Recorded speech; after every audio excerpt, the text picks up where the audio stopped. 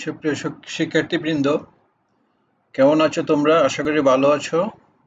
আমরা প্রত্যাশা করি শীঘ্রই কোভিড-19 সমস্যা কেটে যাবে, আমরা শীঘ্রই কর্মক্ষেত্রে ফিরে যাব এ প্রত্যাশা করি।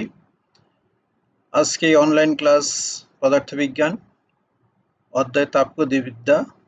এই অধ্যায়ে আজকের ক্লাসে তোমাদের সবাইকে আমি স্বাগত জানাচ্ছি। আজকের ক্লাসের উপস্থাপনায় আমি প্রাণেশ রঞ্জন রায়, সহযোগী অধ্যাপক, পদার্থবিজ্ঞান বিভাগ, কুমুদিনী সরকারি কলেজ, টাঙ্গাইল। আজকের ক্লাস শেষে তোমরা যে জিনিসগুলি শিখতে পারবে সেগুলি হলো রুদ্ধতাপীয় প্রক্রিয়ায় গ্যাসের তাপমাত্রা ও আয়তনের মধ্যে সম্পর্ক ব্যাখ্যা করতে পারবে, রুদ্ধতাপীয় প্রক্রিয়ায় গ্যাসের চাপ ও তাপমাত্রার মধ্যে সম্পর্ক ব্যাখ্যা করতে পারবে, তাপগতিবিদ্যার দ্বিতীয় সূত্র ব্যাখ্যা করতে পারবে, প্রত্যাগামী ও অপ্রত্যাগামী প্রক্রিয়া ব্যাখ্যা করতে পারবে, কার্নোর ইঞ্জিন ও কার্নোর চক্র ব্যাখ্যা করতে পারবে, এন্ট্রপি ব্যাখ্যা করতে পারবে। তাপগতিবিদ্যা অধ্যায়ের উপরে আমি কিছুদিন আগে একটি ক্লাস নিয়েছিলাম। আজকেও বেশ কিছু বিষয়ের উপরে আমি আলোচনা করব। তোমরা বিষয়গুলি মনোযোগ সহকারে দেখার চেষ্টা করবে, খুব কাজে লাগবে। এই অধ্যায় থেকে প্রতি বছরেই বোর্ডের পরীক্ষায় প্রশ্ন হয়ে থাকে। অধ্যায়টি খুব ইম্পর্টেন্ট পরীক্ষার জন্য। আমরা শুরুতেই আসি তাপমাত্রা আয়তনের মধ্যে সম্পর্কটি কেমন হবে সেটা আমরা দেখতে চাই। তোমরা জানো রুদ্ধতাপীয় প্রক্রিয়ার ক্ষেত্রে গ্যাসের চাপ এবং আয়তনের মধ্যকার সম্পর্ক হলো পিভি গামা ইকুয়াল টু ধ্রুব রাশি, কনস্ট্যান্ট, যাকে আমরা কে দিয়ে প্রকাশ করলাম। এবং গামা কি জিনিস আমি গত ক্লাসে বলেছিলাম, সিপি এবং সিভি এর অনুপাত। আবার আদর্শ গ্যাস সমীকরণ আমরা জানি পিভি ইকুয়াল টু আরটি। তাহলে পিভি সমান আরটি থেকে আমরা পি এর মানটি লিখতে পারি আরটি বাই ভি। এখন এই আরটি বাই ভি এর মান যদি আমি এই উপরের সমীকরণটিতে বসাই, পি এর জায়গায় বসাবো RT by V into V to the power gamma equal to K. তাহলে আমি এই সমীকরণটাকে এই ফর্মে লিখতে পারি, TV to the power gamma minus 1 equal to constant. এখানে ভি যদি উপরে যায় ভি ইনভার্স 1 হবে, আর আছে V to the power gamma, তাহলে V to the power gamma into V to the power minus 1 equal to V to the power gamma minus 1। R কনস্ট্যান্টকে molar gas ধ্রুবক আর দিয়ে ভাগ করলে আরেকটি কনস্ট্যান্ট K1। তাহলে আবার চাপ ও তাপমাত্রার মধ্যে সম্পর্ক কেমন হবে? একই কথা, রুদ্ধতাপীয় প্রক্রিয়ার ক্ষেত্রে আমরা জানি PV gamma equal to constant. আবার আদর্শ গ্যাস সমীকরণ আমরা জানি পিভি ইকুয়াল টু আরটি। সেখান থেকে আমি বি সমান লিখব আরটি বাই পি। এখন এই ভি এর জায়গায় আরটি বাই পি আমি বসিয়ে দিব, তাহলে লিখব P RT by P to the power gamma equal to constant K. তাহলে এটাকে আমি লিখতে পারি T to the power gamma P to the power 1 minus gamma equal to constant K1। এটা হলো তোমার চাপ ও তাপমাত্রার মধ্যে সম্পর্ক। তো এই সমীকরণটাকে আমরা এই ফর্মেও লিখতে পারি, T P to the power 1 minus gamma divided by gamma equal to K1। T to the power gamma আমি যদি সূচকগুলিকে গামা দিয়ে ভাগ করি তাহলে চাপ ও তাপমাত্রার মধ্যে সম্পর্কটি দাঁড়াবে এরকম। সিম্পলি তোমাকে বলতে পারে চাপ এবং তাপমাত্রার মধ্যে সম্পর্কটি লিখো, তাহলে আমি লিখব T P to the power 1 minus gamma divided by gamma equal to ধ্রুবক। এটা তোমার প্রয়োগ লেভেলে কাজে লাগবে, অনুধাবনে কাজে লাগবে, আবার এটা তোমার এমসিকিউতেও কিন্তু কাজে লাগবে। এখন আমরা আসি তাপগতিবিদ্যার দ্বিতীয় সূত্রটি কি।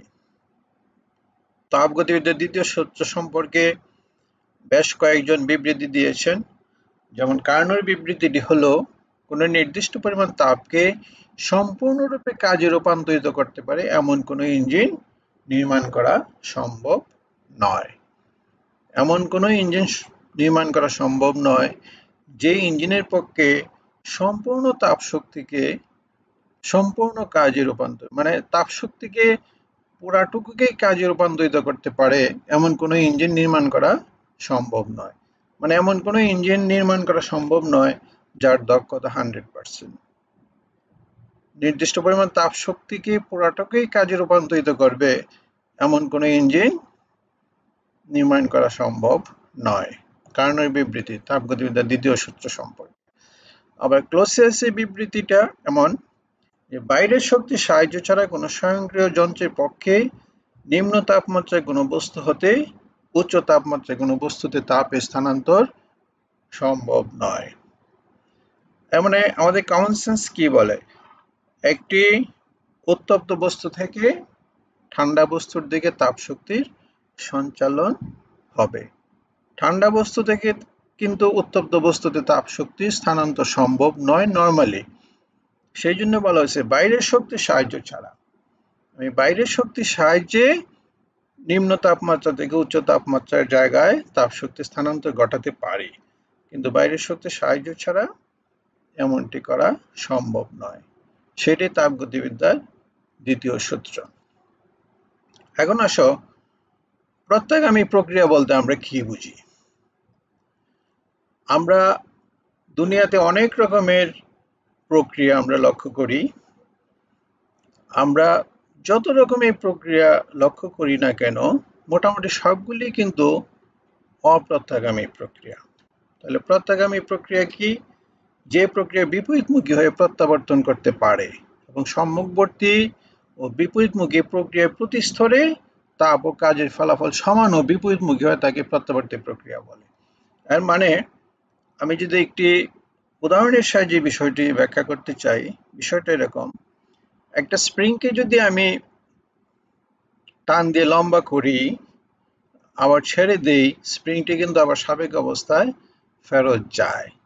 এর মানে এটি একটি প্রত্যাগামী প্রক্রিয়া, সে পূর্ব অবস্থায় ফেরত যেতে পারে। আবার একখণ্ড বরফকে যদি আমি তাপ দিয়ে পানিতে পরিণত করি, আবার সেই পানি থেকে সেই পরিমাণ তাপ যদি আমি সরিয়ে নেই, তাহলে সে আবার বরফে রূপান্তরিত হবে। এটাকে আমি প্রত্যাগামী প্রক্রিয়া বলতে পারি, যদিও এগুলি আদর্শ প্রত্যাগামী প্রক্রিয়া নয়। পদ্ধতিগত কারণে কিছুটা সিস্টেম লস হয়েই যায়, তবু আমরা ধরে নিতে পারি এই দুটি ঘটনা মোটামুটিভাবে প্রত্যাগামী প্রক্রিয়া। এখন আসো অপ্রত্যাগামী প্রক্রিয়া কোনগুলি? যে প্রক্রিয়া বিপরীতমুখী হয়ে প্রত্যাবর্তন করতে পারে না তাকে অপ্রত্যাগামী প্রক্রিয়া বলে। যেমন সূর্য থেকে তাপ শক্তি পৃথিবীতে আসে, পৃথিবী পৃষ্ঠ সেই তাপ শক্তির কিছুটা শোষণ করে নেয়, বাকি তাপ শক্তি ফেরত যায়। কাজে এটি একটি অপ্রত্যাগামী প্রক্রিয়া। মোস্ট ইম্পর্টেন্ট দুটি সংজ্ঞা, এগুলি তোমার জ্ঞান লেভেলের জন্য খুব জরুরি।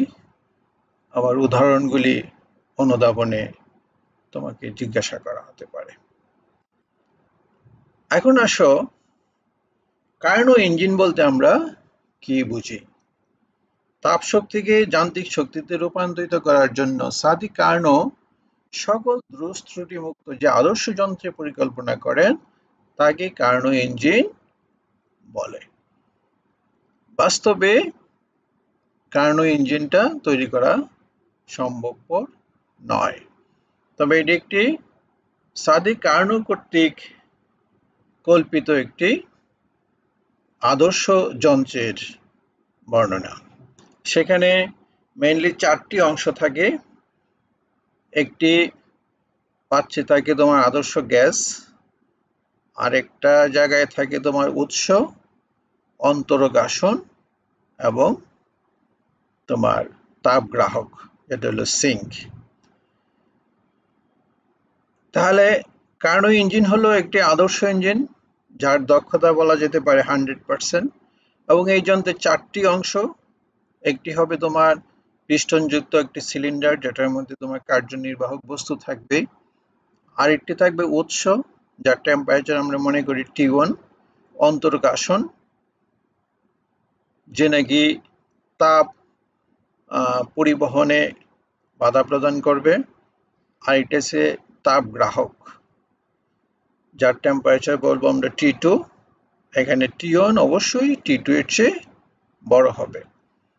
এই 4টি যন্ত্র খুব উল্লেখ করার মতো, কারণ আমরা কার্নোর চক্র যখন পড়ব, কার্নোর ইঞ্জিনটিকে মনে মনে চিন্তা করে নিতে হবে। এখন আসো কার্নোর চক্র। এই কার্নোর চক্র বুঝতে হলে আমার এই কার্নোর ইঞ্জিনটি কিন্তু খেয়াল করতে হবে। কার্নোর চক্র কিভাবে আঁকলাম? ওয়াই অক্ষে প্রেসার দিলাম আর এক্স অক্ষে আয়তন দিলাম। তাহলে 4টি গ্রাফের দ্বারা সীমাবদ্ধ করা হয়েছে কার্নোর চক্রকে। 4টি গ্রাফ। এবি একটি গ্রাফ, যেটাকে আমরা সমষ্ণ প্রক্রিয়া বলবো, যেখানে আয়তন বাড়া সত্ত্বেও চাপের পরিমাণ কমে গেছে। আবার বিসি একটি গ্রাফ, এটা রুদ্ধতাপীয় প্রক্রিয়া। আবার সিডি একটি গ্রাফ, এটা সমষ্ণ প্রক্রিয়া।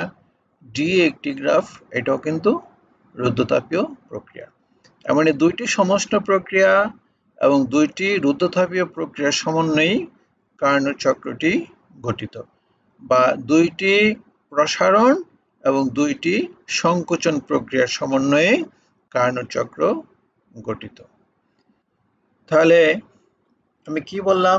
যে চক্রে কোনো একটা আদর্শ গ্যাস কার্যকরী পদার্থ হিসাবে একটি নির্দিষ্ট আয়তন, চাপ ও তাপমাত্রা হতে শুরু করে একটি সমষ্ণ প্রসারণ ও একটি রুদ্ধতাপ প্রসারণ এবং একটি সমষ্ণ সংকোচন, একটি রুদ্ধতাপ সংকোচনের পর পূর্বাবস্থায় ফিরে আসে, তাকে কার্নোর চক্র বলে। কাজেই খেয়াল করো, আমি যদি তোমাকে এখন বলি কার্নোর চক্রকে কি প্রত্যাগামী প্রক্রিয়া বলা যায়? অনুধাবনের প্রশ্ন, অবশ্যই বলা যায়, কারণ সে কিন্তু এ বিন্দু থেকে স্টার্ট করে এ বিন্দুতে ফেরত গেছে। এটি একটি আদর্শ প্রত্যাগামী প্রক্রিয়া। এখানে 2টা সমষ্ণ এবং 2টা রুদ্ধতাপীয় প্রক্রিয়া, 2টি প্রসারণ প্রক্রিয়া এবং 2টি সংকোচন প্রক্রিয়া মিলে হইল তোমার কার্নোর চক্র। আচ্ছা, তাহলে এখানে প্রতি ধাপে কি পরিমাণ কাজ সম্পন্ন হয় সেটা আমরা দেখতে চাই। এনে প্রথম ধাপে কৃত কাজ, কিন্তু এখানে ধাপ কিন্তু 4টা। আমরা সিরিয়ালি দেখব কোন ধাপে কি পরিমাণ কাজ সম্পন্ন হয়েছে। তো প্রথম ধাপে কৃত কাজকে আমি W1 দিয়েছি, এবং এটি একটি সমষ্ণ প্রক্রিয়া। আমি গত লেসনে বলেছিলাম সমষ্ণ প্রক্রিয়া কৃত কাজের পরিমাণ কিভাবে হিসাব করতে আমি দেখিয়েছিলাম। সেটা হিসাব করে আমরা ফাইনালি পেয়েছিলাম RT ln V2/V1। আর হলো মোলার গ্যাস ধ্রুবক, T1 হলো এই সমষ্ণ প্রক্রিয়ার টেম্পারেচার T1। সমষ্ণ প্রক্রিয়ার টেম্পারেচার স্থির থাকে, তোমরা জানো। এখানে আমি এ বি সমস্ত রাস্তায় টেম্পারেচারকে আমি T1 দিয়ে প্রকাশ করলাম। তাহলে বি বিন্দুর ভলিউম V2, এ বিন্দুর ভলিউম V1। তাহলে এ বিন্দু থেকে বি বিন্দুতে গেলাম, initial volume V1, final volume V2। কাজে ইকুয়েশনটা হয়ে যাবে RT1 ln V2/V1। এটা হলো প্রথম ধাপে এই প্রথম যে সমষ্ণ প্রক্রিয়াটি এ বি গ্রাফ, এই গ্রাফে সম্পূর্ণ কাজের পরিমাণ হলো W1 = RT1 ln V2/V1। জ্যামিতিক ভাবে বলা যায় প্রথম ধাপে সম্পূর্ণ কাজ হবে এ বি জি ই, এর মানে বি বিন্দু থেকে এক্স অক্ষের উপর একটি লম্ব আঁকলাম বিজি, আবার এ বিন্দু থেকে এক্স অক্ষের উপর একটি লম্ব আঁকলাম এ ই। তাহলে আমার ক্ষেত্রটা তৈরি হইল এ বি জি ই। এই ক্ষেত্রের ক্ষেত্রফল সমান হবে প্রথম ধাপে কৃত কাজের পরিমাণ। এখন আসো দ্বিতীয় ধাপে কৃত কাজ কতটুকু হবে। দ্বিতীয় ধাপ কোনটা? যে বিসি গ্রাফটি। তাহলে বিসি গ্রাফটি তো হলো এডিয়াবেটিক প্রসেস, রুদ্ধতাপীয় প্রক্রিয়া, এবং আমরা গত ক্লাসে দেখেছিলাম রুদ্ধতাপীয় প্রক্রিয়ায় সম্পূর্ণ কাজের পরিমাণ কিভাবে হিসাব করতে হয়। সেটা আমরা পেয়েছিলাম W সমান R by gamma minus 1 temperature T1 minus temperature T2।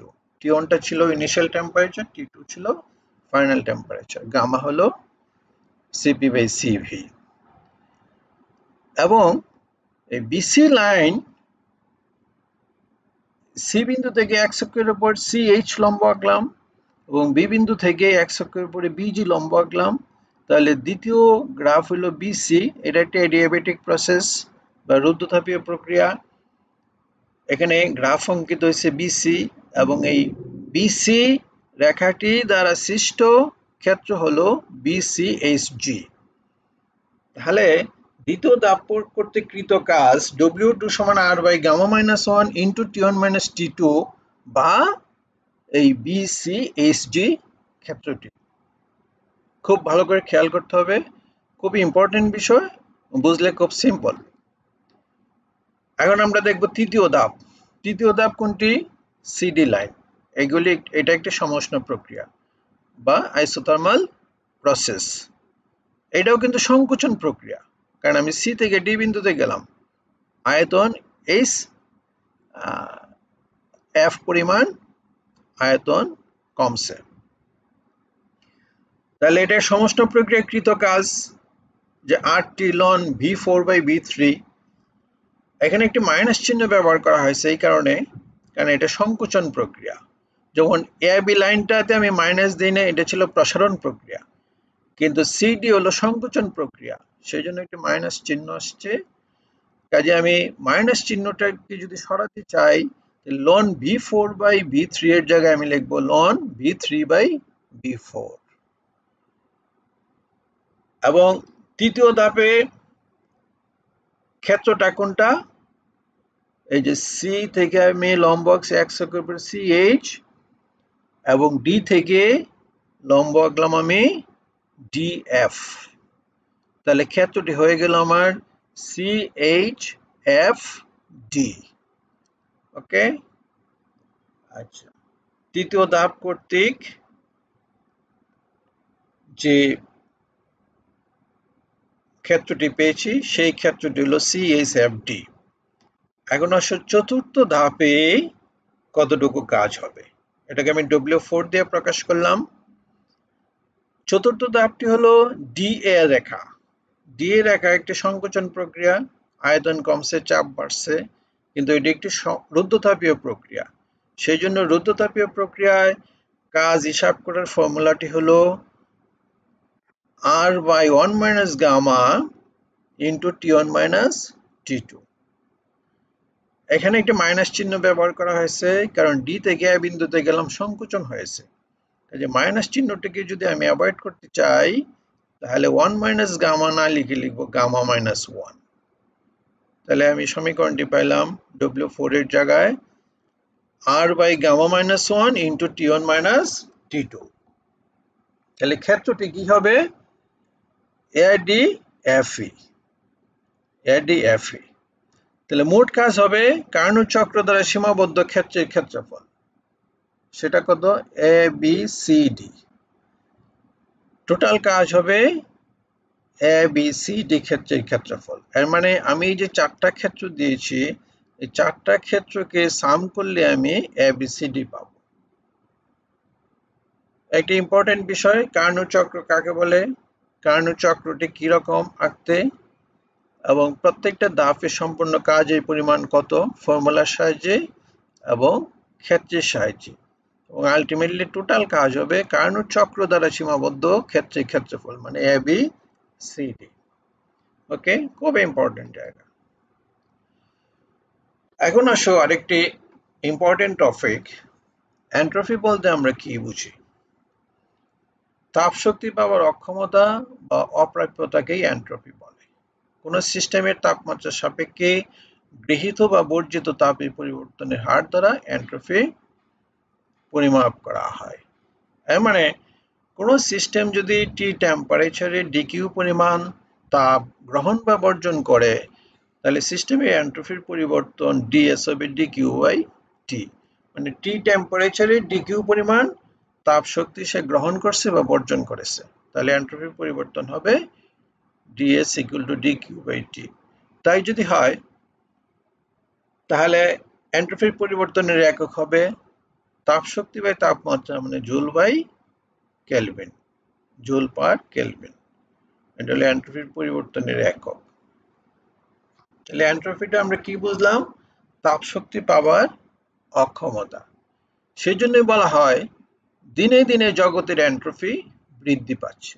এর মানে হলো জগতের সমস্ত বস্তু দিনে দিনে তাপীয় সমতার দিকে এগুচ্ছে। মানে এক বস্তু আরেক বস্তুকে তাপ শক্তি প্রদান করার সক্ষমতা হারাচ্ছে। সেই জন্য বলা হচ্ছে তাপ শক্তি পাওয়ার অক্ষমতা বা অপ্রাপ্যতাকেই এন্ট্রপি বলা হবে। আমরা জানি মানে heat death of the universe বা জগতের তাপীয় মৃত্যু, এটার এই কথার অর্থ এটাই, সৌরজগতে এন্ট্রপি অসীমের দিকে ধাবিত হচ্ছে। এ প্রক্রিয়ায় চূড়ান্ত পর্যায়ে বিশ্বজগতে কার্যকর প্রাপ্ত শক্তি বা কাজ শূন্য হয়ে যাবে। এ অবস্থাকে জগতের তথাকথিত তাপীয় মৃত্যু বলে, heat death of the universe, যেটাকে আমরা বলে থাকি। যতই দিন যাবে ততই বিশ্ব তাপীয় সমতার দিকে এগোবে, ফলে তাপ শক্তি পাওয়ার সম্ভাবনা কমে যাবে। এই জন্য বলা হয়ে থাকে এন্ট্রপি বৃদ্ধি পাচ্ছে। এখন আর একটি উদাহরণের সাহায্যে এন্ট্রপি আমরা একটু ব্যাখ্যা করতে চাই। প্রত্যাগামী প্রক্রিয়ার কথা যে বললাম, কার্নোট চক্র একটি প্রত্যাগামী প্রক্রিয়া বলেছি। তাহলে আমি যদি বলি প্রত্যাগামী প্রক্রিয়া এন্ট্রপি স্থির থাকে, ব্যাখ্যা করো, চমৎকার অনুধাবনের প্রশ্ন। প্রত্যাগামী প্রক্রিয়া এন্ট্রপি স্থির থাকে, এন্ট্রপির কোনো পরিবর্তন হয় না। বা আমি যদি বলি কার্নোট চক্রে এন্ট্রপি স্থির থাকে, কারণ কার্নোট চক্র একটি প্রত্যাগামী প্রক্রিয়া। সেটা কেমন? আমরা জানি কার্নোট চক্রে 4টি ধাপ। তো প্রথম ধাপে এন্ট্রপির পরিবর্তন হবে Q1/T1। এর মানে কি, এ থেকে বি বিন্দুতে যখন আসলাম সেটা একটি আইসোথার্মাল প্রসেস, সমষ্ণ প্রক্রিয়া। এর মানে এই প্রক্রিয়ায় আয়তনের পরিবর্তন হবে, চাপের পরিবর্তন হবে। আয়তন এ থেকে বি বিন্দুতে আসার অর্থ হলো সিস্টেমের আয়তন V1 ছিল, ফাইনালি V2 হয়েছে, এমন আয়তন বৃদ্ধি পেয়েছে। চাপ ছিল P1, ফাইনালি চাপ হলো P2। এখানে P2 অবশ্যই P1 এর চেয়ে ছোট। আয়তন বাড়ছে, চাপ কমছে, কিন্তু তাপমাত্রা T1 ছিল, কারণ এটা একটি সমষ্ণ প্রক্রিয়া। তাহলে সে Q1 তাপ সে গ্রহণ করেছে। এটা কার্নোট ইঞ্জিনটা খেয়াল করতে হবে। সেখানে আয়তন যখন বেড়ে গেছে, চাপ কমে গেছে, কিন্তু আমার তাপমাত্রা T1 স্থির রাখতে হবে। কাজে তখন নিশ্চয়ই কার্যনির্বাহক বস্তু দিয়ে উৎসের উপর বসানো ছিল, সোর্সের উপরে, যে সোর্সের টেম্পারেচার T1, সেখান থেকে সে Q1 তাপ গ্রহণ করে তাপমাত্রা T1 সে স্থির রেখেছে। এটা হলো বিষয়টি। আর দ্বিতীয় ধাপে আমি বলেছি যে অ্যাডিয়াবেটিক প্রসেস। তখন নিশ্চয়ই এই যে কার্যনির্বাহক বস্তুটি, আমার কার্নোট ইঞ্জিনে যে একটি অংশ ছিল কার্যনির্বাহক বস্তু, সেটা ইনসুলেটিং আসন ছিল, অন্তরক আসন, সেখানে বসানো থাকতে হবে যাতে করে তাপশক্তির লেনদেন না হয়। এই যে তাপশক্তির লেনদেন যদি না হয়, তাহলে দ্বিতীয় ধাপে এন্ট্রপির পরিবর্তন হবে 0। সিমিলারলি তৃতীয়